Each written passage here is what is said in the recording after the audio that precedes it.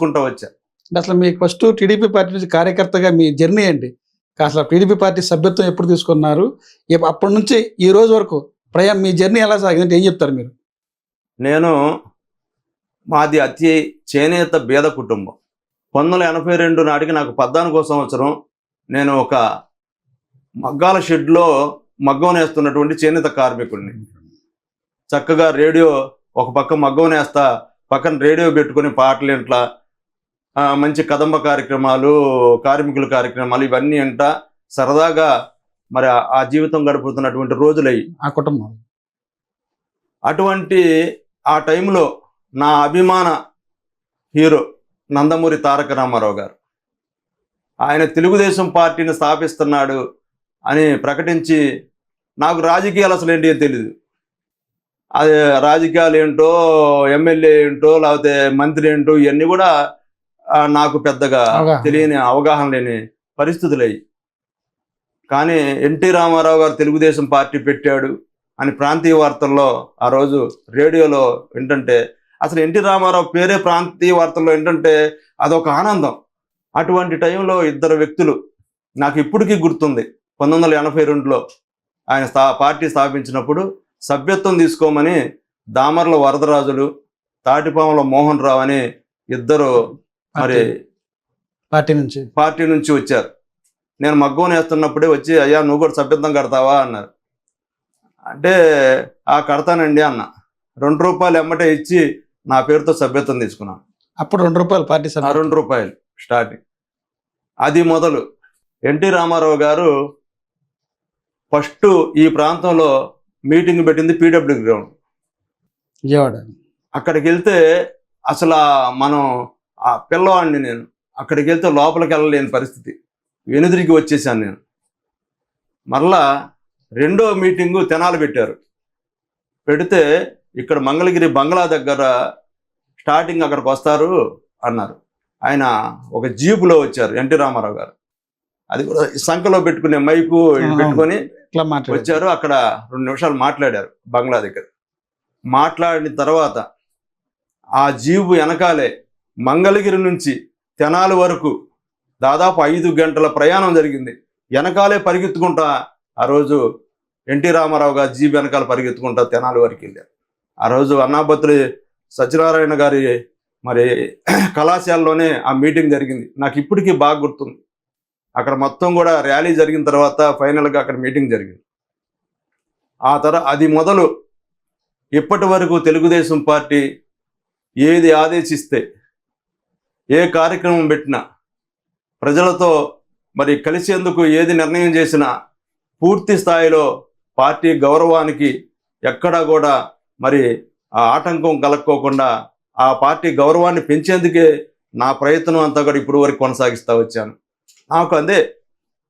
ఆ తర్వాత పట్టణ తెలుగునాడు చేనేత కార్మిక సంఘం, నేను చేనేత కార్మికుడిని కాబట్టి ఉన్న పెద్దలు నా యొక్క ఆలోచన విధానం బాగా చురుగ్గా పనిచేస్తున్నాడని చెప్పి ఇక్కడ స్థానికంగా ఉన్నటువంటి మాజీ మున్సిపల్ చైర్మన్ గారు గోలి గోపాలరావు గారు, మరి మున్సిపల్ శ్రీరాములు గారు, అలాగే నందం అబద్దయ్య గారు, సాంబశివరావు గారు, వీళ్ళంతా కూడా, అయ్యా నువ్వు పట్టణ తెలుగునాడు చేనేత కార్మిక సంఘం ఏర్పాటు చేస్తున్నావు పార్టీలో, నువ్వు ఉపాధ్యక్షుడిగా ఉండాలన్నారు. సరే సార్ అన్న ఊకొట్టారు. దాంట్లో విధి విధానాలు మనకేం తెలియదు, కార్మిక సంఘం అన్నారు. ఓకే అండి అన్న. అప్పుడే మొట్టమొదటిసారి 1987లో నాకు ఆ పదవి ఇచ్చారు. అప్పటి నుండి ఇప్పటి వరకు చేనేత కార్మికుల కోసం అనునిత్యం కూడా వాళ్ళకి ఏ కష్టాలు ఉన్నా నా దగ్గరకు వచ్చి ఎవరు ఏం చెప్పినా, అయ్యా నాకు మా పిల్లలు ఇట్లా ఇబ్బంది పడుతున్నారు, ఎడ్యుకేషన్ పరంగా చాలా ఇబ్బంది ఉంది, ఆర్థిక సహాయం కావాలంటే నా దగ్గర డబ్బులు లేవు. నేను దాతృత్వం ఉన్నటువంటి పెద్దల సహకారాన్ని తీసుకున్నా, అనేక సంస్థల సహకారాన్ని తీసుకున్నా. ఎంతోమందికి, ఎన్నో వందల మందికి నేను ఆ సహాయం ఇప్పించగలిగాను. దాదాపు 2-3 ప్రాణాలను కాపాడగలిగాను. అటువంటి సేవా కార్యక్రమాలు నేను చేసుకుంటా. అంటే మనం ఏదైనా ఒక మంచి చేస్తే ఆ మంచి ద్వారా నేను ఎంచుకున్నటువంటి నా పార్టీకి వాళ్ళు అండగా ఉంటారు. నా దగ్గరకు వచ్చే వాళ్ళు ఏ పార్టీ అయినా కానీ నేను అసలు పట్టించుకునేవాడిని కాదు. సహాయం కోరి వచ్చారు, మనం చెయ్యాలంతే. ఆ పద్ధతుల్లో నా విధానం మొదటి నుంచి కూడా ఉండబట్టి ఇవాళ ధనంజయరావు అంటే అందరూ గౌరవిస్తారు, అన్ని పార్టీలు గౌరవిస్తాయి, ఆఖరికి వైసీపీతో సహా. నాకు కంగారు చెప్పిన వాళ్ళలో వైసీపీ వాళ్ళు కూడా చాలామంది ఉన్నారు. ఓకే. అంటే నాకు రాజకీయ పార్టీలతో సంబంధం లేదు. ఎన్నికలు వచ్చినప్పుడు ఆ వ్యవహార శైలి వేరే, ఆ విధానంలో పూర్తిగా డిఫరెంట్గా ఉంటా. కానీ మిగతా సమయాల్లో నాకు ప్రజలు ఎంతవరకే ఆ విధానాన్ని నేను అవలంబిస్తా. పార్టీకి గౌరవం లభించేదాకా ధనంజయరావు వల్ల పార్టీకి నష్టం జరగదు అని ఎవరైనా ఇవాళని మీరు అడిగితే చెప్తారు. అటువంటి విధానాన్ని నేను ఇప్పటి వరకు కూడా కొనసాగిస్తూ వచ్చాను. అంటే పార్టీ మీ అధిష్టానం మీ యొక్క మీ వ్యవహార శైలిని, మీ పనిని గుర్తించి ఈ రోజున మీకు ఒక పదవి ఇచ్చింది, పొలిట్ బ్యూరో అని. మీ వ్యవహార శైలి గురించి ఏం చెప్తారు? మీ పని విధానం, మీరు పార్టీకి డెడికేట్గా పనిచేసిన విధానం. అంటే పార్టీలో ఇంతకాలం మీ జర్నీలో గత 5 ఏళ్ల పాటు గతంలో వైసీపీ పార్టీ అధికారంగా వచ్చింది. అప్పుడు స్థానిక ఎమ్మెల్యే ఆర్కే ఉన్నారు, రామకృష్ణారెడ్డి. ఆ టైంలో మీరు ఎలాంటి స్ట్రగుల్స్ ఏమైనా అనిపించారా? ఏమైనా ఇబ్బందులు ఏమైనా ఫేస్ చేశారా? గతంలో ఒడిదొడుకులు, గతంలో ఇక్కడ గంజి చిరంజీవి గారు ఉన్నప్పుడు కానీ, గతంలో టీడీపీ పరిస్థితి ఉన్నప్పుడు కానీ మీరు ఎదుర్కొన్న అనుభవాలు ఏంటి? అసలు మీ ఆ టైంలో మీరు ఏమైనా ఆటుపోట్లు ఏం చెప్తారు మీరు? నేను 2014 ఎన్నికల్లో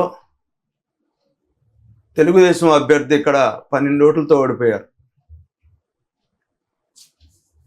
తర్వాత 2019లో గౌరవ నారా లోకేష్ గారు పోటీ చేశారు.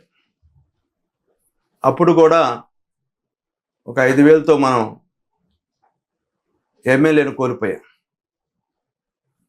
ఇక్కడ నేను ఒక్కటే చెప్పదలుచుకున్నా,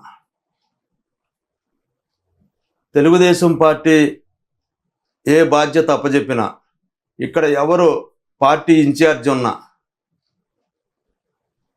ఆ రోజు 1983లో మొట్టమొదటిసారిగా డాక్టర్ ఎంఎస్ఎస్ కోటేశ్వరరావు గారు తెలుగుదేశం అభ్యర్థిగా పోటీ చేశారు. అది మొదలు ఎటువంటి సపోర్టు చిన్నతనంలో నేను చేశానంటే ఆ రకంగా తిరిగాను. తర్వాత రెండోసారి మీ అందరికీ తెలుసు, మధ్యంతర ఎన్నికలు వచ్చినాయి. అప్పుడు కూడా డాక్టర్ ఎంఎస్ఎస్ కోటేశ్వరరావు గారు పోటీ చేశారు. 89 వరకు కూడా డాక్టర్ ఎంఎస్ఎస్ కోటేశ్వరరావు గారు ఇక్కడ